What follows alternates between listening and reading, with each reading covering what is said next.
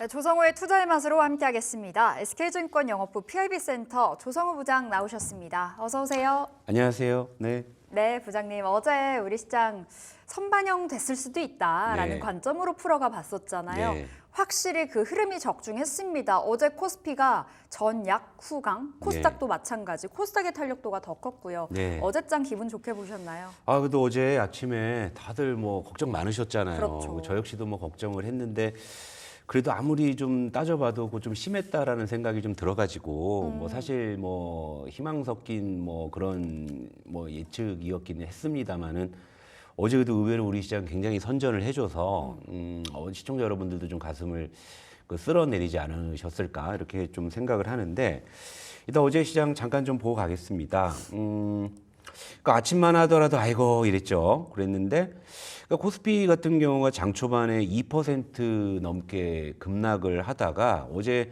꽤 이제 큰 양봉을 잡아냈습니다. 뭐 드라마틱하게 낙폭을 좀 축소했고, 그러니까 장중에 거의 보합선까지 갔었고요. 상승 반전 하나 싶었는데 거기까지는 미치지 못했어요. 그러나 어제 우리가 걱정했던 거에 비해서는 상당히 좋은 흐름을 보였고요. 네. 그리고 이제 코스닥이 어제 좀 더 반전이 있었죠. 장 초반에 2% 가까이 급락을 하다가 이 녀석은 1%대 상승으로 이제 반전을 해서 마감을 했어요. 그래서 코스닥이 어제 더 선전을 했는데, 근데 그도 그럴 것이요. 우리 8월 5일에 이제 봤었던 블랙 먼데이 때 이 봉 기준으로의 저점을 어제 코스닥이 위협을 받았던 상황이기 때문에 단기 어떤 주가 레벨에서는 코스닥 쪽이 더 과매도였던 측면이 있었죠. 그래서 이제 어제 그런 부분들이 그래도 좀 반영이 됐던 그런 하루였다 볼 수 있는데요. 어제 그것도 다행스럽게 뭐 바이오나 2차 전지 쪽이 좀 선전을 해줬고 특히 이제 코스닥의 제약주 쪽이 상당히 좋은 모습을 보여서 그래서 코스닥 쪽에 좀 지수의 어떤 반전의 폭이 더 컸다 이렇게 좀 볼 수가 있고 네.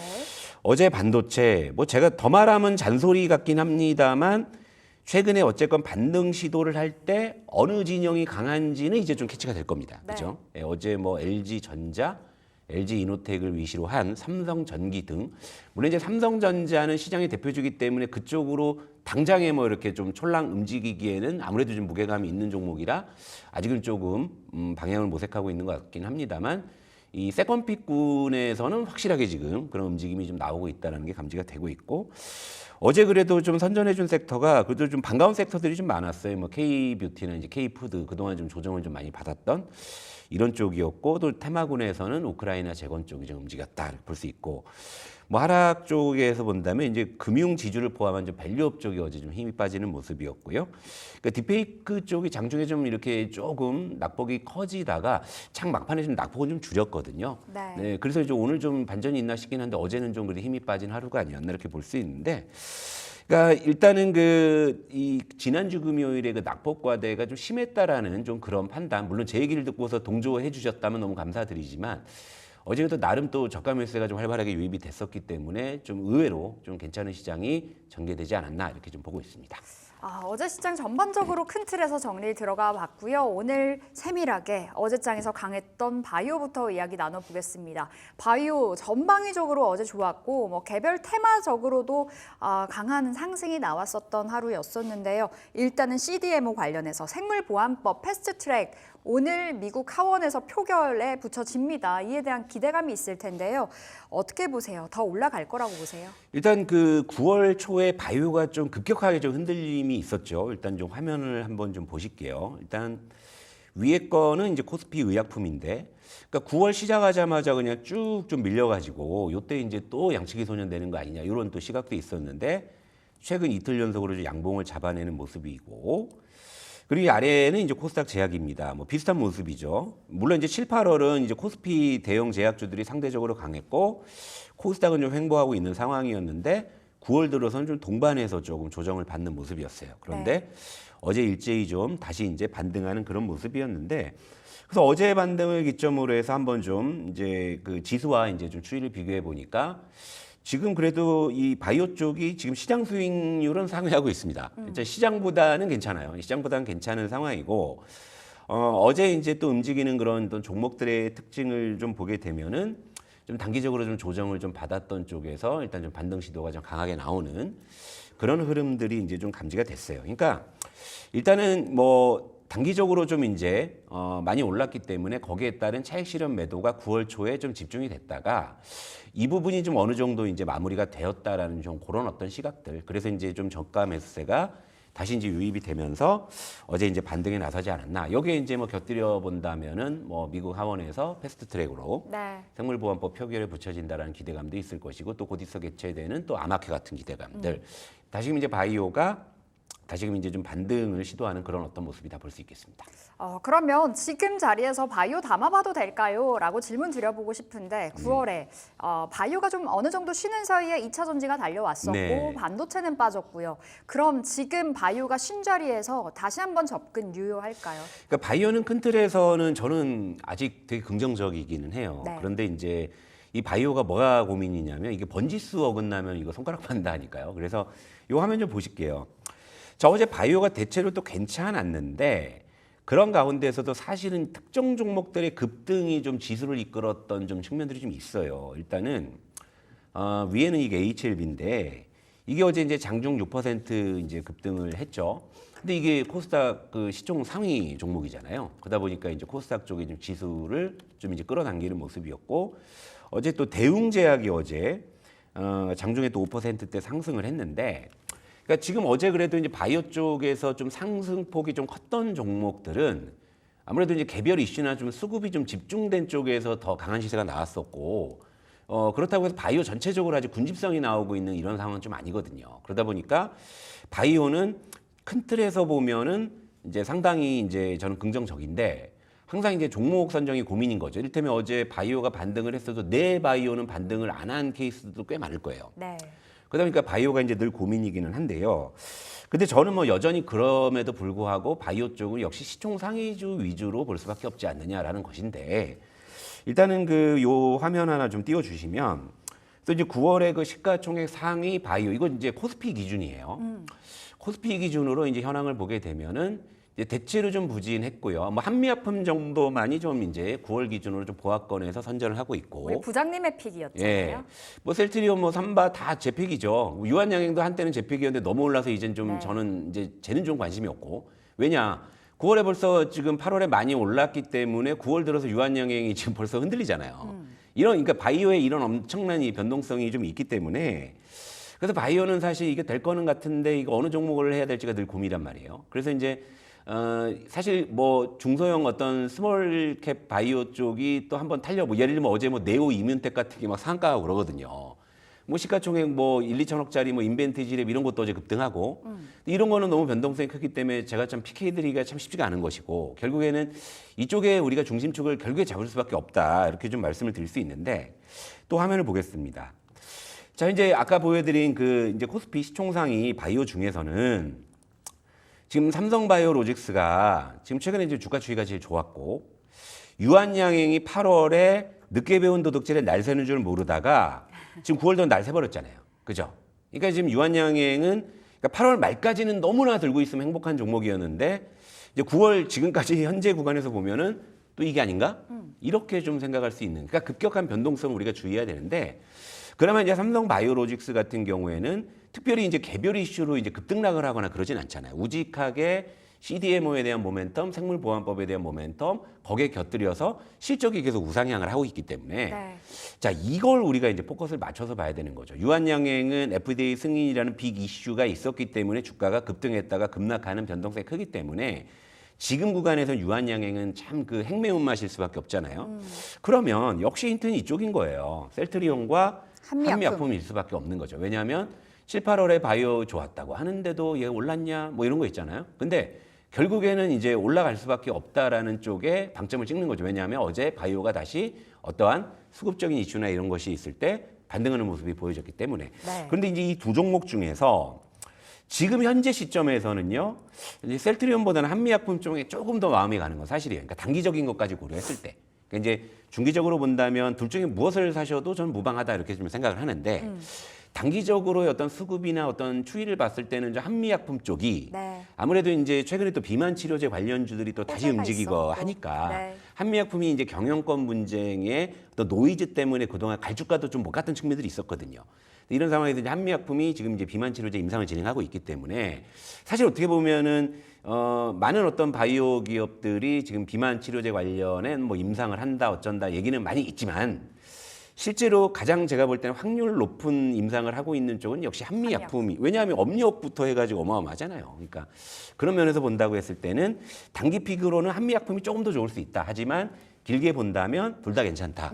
이런 쪽으로 한번 좀 보셨으면 좋겠습니다. 매운맛과 순한 맛을 골라주셨습니다. 삼바와 유한양행은 지금은 좀 부담스러운 자리라고 평가를 주신 거고요. 순한 맛에서는 셀트리온, 한미약품 쪽으로 조금 수급이 잘 가고 있고 호재가 있기 때문에 단기적인 관점, 좀 중장기적인 관점에서도 한미약품 품고 가져가 보겠습니다. 자, 그럼 부장님 어제 사실 이제 코스닥 제약바이오주들도 굉장히 핫했어요. 네. 그 키워드로는 말씀 주셨듯이 비만 치료, 네. 엠폭스도 있었고요. 코스닥 안에 있는 중소형 제약바이오는 어떤 관점이세요? 그러니까 이게요. 타이밍만 잘 맞으면 이보다 꿀 종목이 없죠. 그런데 그거를 맞추기가 쉽지 않죠. 그러니까 이를테면 내가 이제 저가에 잘 들어갔어요. 저점에서. 그래서 급등을 했어요. 또 근데 그게 또 이제 그 가격에 잘 팔고 나오면 또 괜찮아. 근데 그 장중의 엄청난 그 변동성 때문에 대응이 쉽지 않은 이런 것인데 이 화면 한번 좀 보겠습니다. 자, 어제 인벤티지랩이 이제 비만 치료제 기대감으로 장중에 거의 20% 가까이 급등하는 이런 모습이었죠. 뭐 이때 잡았으면 얼마나 좋아요. 그죠? 네. 그죠? 그리고 이때 팔면 또 얼마나 좋겠습니까? 근데 이 변동성 때문에 사실 이게 좀 대응하기 쉽지 않은 영역이기도 하고 HLB 뭐 다시 한번 보지만 어제 이제 장중에 6.6% 상승을 했는데 이게 이제 아무래도 그 이제 FDA 그 임상 그 재신청 요 아마 기대감이 이제 서서히 좀 이제 반영이 되는 것 같아요. 그런데 이 코스닥 쪽에 일단은 그 신약 기반의 이런 기대감으로 움직이는 바이오 종목은 정말로 핵 매운맛이거든요. 그 변동성도 그렇고 하물며 그 유한양행도 실적이 어느 정도 꾸준히 나오는 기업이 단기에 급등한 이후에 급조정이 나오는 마당에 이 실적이 이제 이렇게 뚜렷하지 않은 종목들은 결국엔 재료와 이제 수급으로밖에 움직일 수밖에 없는 거죠. 그렇기 때문에 오히려 재료와 수급이 붙을 때는 굉장히 강한 시세가 나오기도 해요. 그런데 그 재료와 수급이 이 약해지면 또 굉장히 또 큰 어떤 하락이 좀 나올 수도 있는 대표적인 섹터가 이제 코스닥의 이제 바이오 쪽이라는 거죠. 그래서 제가 그 바이오는 결국엔 실적을 중심으로 볼 거냐 아니면은 재료와 수급을 중심으로 볼 거냐에 따라서 어떤 개인의 어떤 그 위험 감내 성향에 따라서 사실 양자택일할 수밖에 없는 섹터라고도 봅니다. 네. 그래서 저는 이 표를 다시 한번 좀 보여드리고 싶은데 좀 이제 숫자도 좀 업데이트했고.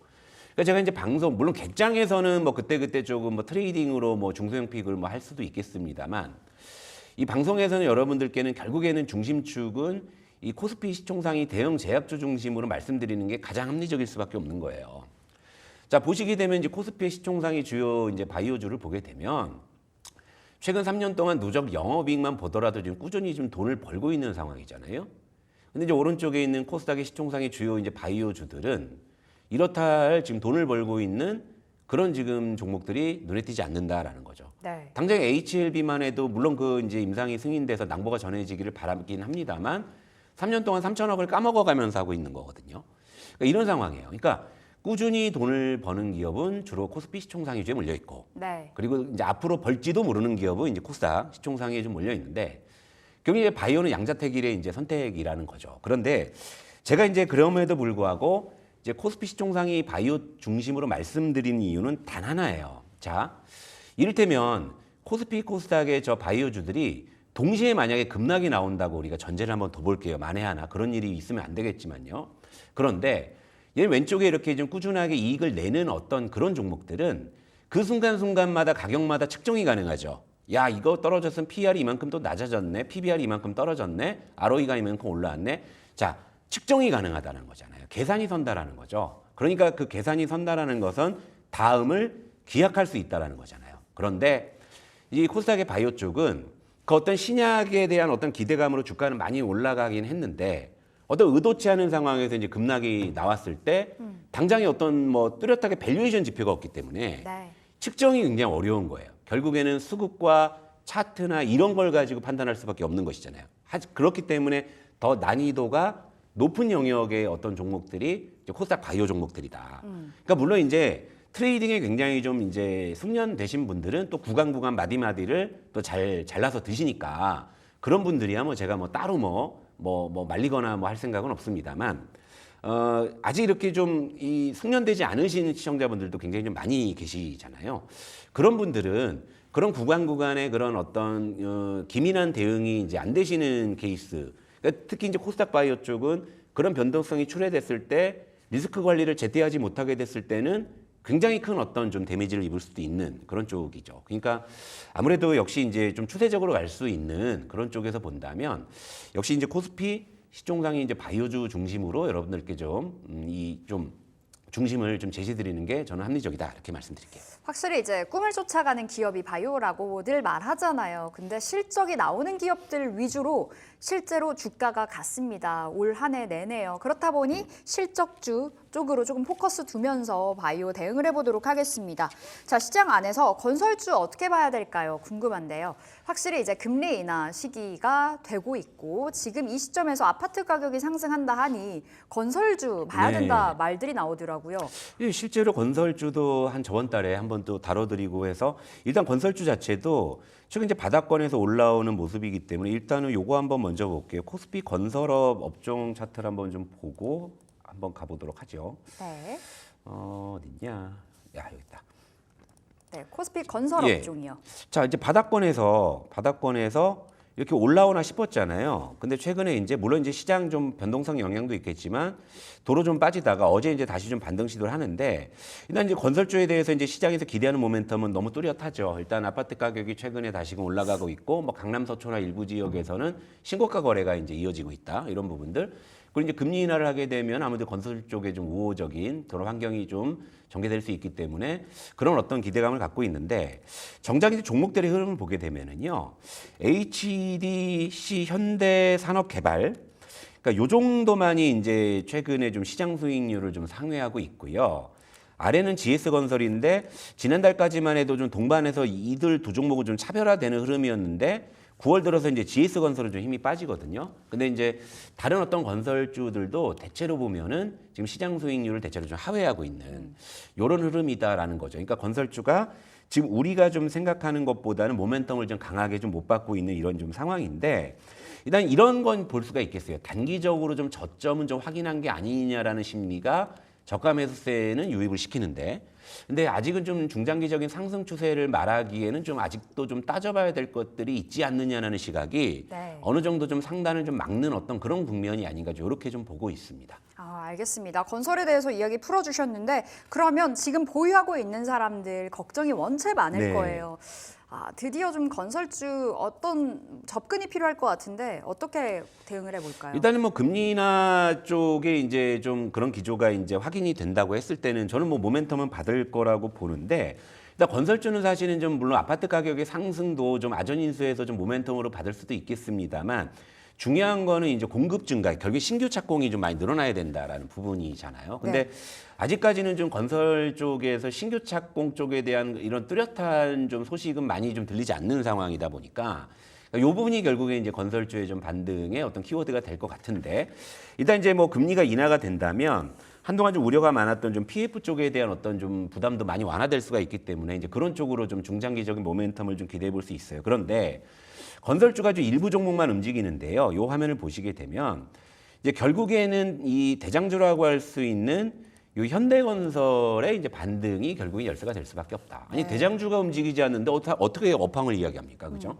그러니까 이제 현대건설을 그래서 건설주에서는 전체적으로 아직은 저는 좀 약간 중립적이긴 한데요. 그래도 건설주 쪽에서 무언가 하나 좀 픽을 해야 된다라면 역시 좀 현대건설로 좀 꼽을 수가 있겠고 여기 이제 플러스 알파로 보자면. 이제 삼성물산도 건설업을 같이 하고 있잖아요. 뭐 요즘에 이제 지주사, 뭐 밸류업 이런 쪽으로 좀 모멘텀을 받긴 했는데 결국에는 이제 신규 착공 쪽은 요 이제 건설의 좀 대표 브랜드라고 할 수 있는 현대건설과 삼성물산 쪽 이런 쪽이 좀 선도할 가능성이 있거든요. 그러니까 이제 삼성물산과 이제 현대건설의 좀 신규 착공이나 뭐 신규 수주 이런 쪽, 그러니까 이런 쪽이 좀 이제 건설주 반등의 어떤 좀 신호탄이 되지 않을까 이렇게 좀 생각을 하고 있기 때문에 일단 건설주 단일로만 본다면 현대건설 그리고 여기에 좀 플러스 알파로 좀 복합적인 모멘텀을 본다면 삼성물산 요 두 종목 정도만이 현재로서 좀 관심 있어 보이지 않나 이렇게 말씀드릴게요. 알겠습니다. 그 키는 대형주들이 쥐고 있다. 현대건설과 삼성물산의 흐름 체크해 보겠고요. 시간이 얼마 없는데 오늘 이야기 꼭 나눠봐야 되는 쪽이 이제 TV 대선 토론 미국에서 내일 아침에 열리잖아요. 네. 관련해서 해리스, 트럼프 트레이드 관련주들 모아보기가 중요할 것 같거든요. 네. 어떻게 볼까요? 이거 화면 바로 띄워주시면 짧게 말씀드릴게요. 네. 자, 위에는 이제 HD 현대에너지솔루 전에 한번 픽했다가 상한가도 맛을 봤지만 다 돌아왔어요. 그죠? 자, 이건 신재생 쪽, 해리스 쪽이죠. 요 아래 있는 종목은 데모, 요건 이제 우크라이나 재건 쪽이죠. 자, 일단은 뭐냐면 키워드는 이거예요. 어제는 물론 이제 그 장중에는 우크라이나 재건 쪽이 좀 꿈틀대긴 했는데 일단은 지금 둘 다 지금 이제 다 제자리로 돌아와 있는 상황이잖아요. 그러면 미국 대선 후보 토론의 결과에 따라서 이 둘 중에 하나는 아마 반응할 가능성이 있어요. 네. 근데 지금은 둘 다 가격이 이제 다시 지금 순환 쪽으로 돌아왔잖아요. 그럼 전 여기서 이제 요런 좀 전략은 괜찮을 것 같아요. 요거 좀 난이도가 있어요. 숙련된 분에 한해서 양매수 하세요. 양쪽 다 잡으시고 그리고 이제 대선 토론 이제 결과에 따른 시장 반응에 따라서 한쪽은 튈 거예요. 네. 근데 다른 한쪽이 주저앉지는 않을 것 같아요. 요럴 때는 이제 약간 양매수 전략. 그러니까 예를 들면 이제 한 100원어치 살 거면 50원어치씩 나눠서 사시는 거죠. 그러면 이제 제가 볼 때는 그런 양매수 전략이 좀 유효하지 않나 보는데 이것도 이제 어느 정도 좀 매매에 좀 익숙하신 분들이 좀 그런 이제 전략을 좀 구사하실 수 있을 것 같아요. 왜냐하면 이제 좀 서두신 분들은 올라간 것만 팔고 또 빠진 건 안 파시는 경우들이 있잖아요. 그러니까 이제 그렇게 좀 정리해드리겠습니다. 약간의 해지성으로 그렇죠. 좀 살펴보자. 이 관점으로 풀어주셨고 자 이제 오늘장 전략 한 30초 들어보겠습니다. 부장님. 자, 어제 아침에는 선반영이기를 좀 바라면서 네. 좋은 모습이었는데 오늘은 이제 부디 이게 선반영이 아니기를. 아니길. 그렇죠. 오늘은 좀 상승을 좀 이어갔으면 하는 부분인데 일단 좀 반가운 게 어제 그래도 유독 좀 엔비디아가 모처럼 강한 모습을 보였기 때문에 네. 그동안 좀 이제 계속 좀 힘이 빠졌던 반도체가 오늘 좀 어떤 모습을 보이는지 이게 좀 관건일 것 같아요. 그렇다면 단기적으로 시장은 어느 정도 좀 바닥을 확인하는 그런 하루가 아닐까 예. 보고 있기 때문에 오늘은 뭐 다른 섹터도 있겠지만 오늘은 이제 좀 반도체를 중심으로 좀 봐야 될 것 같습니다. 알겠습니다. 반도체의 상승 오늘 어떻게 흘러가는지 그 흐름 체크 필요하겠습니다. 자, 우리 투자의 맛 여기서 인사드릴게요. 조성호 부장 보내드립니다. 말씀 고맙습니다. 네, 출발 딜사이트 1부 여기서 마치도록 하겠습니다. 2부에서도 여러분들의 포트 전략 꼼꼼하게 챙겨드릴게요. 1부 끝까지 함께해 주신 여러분 고맙습니다.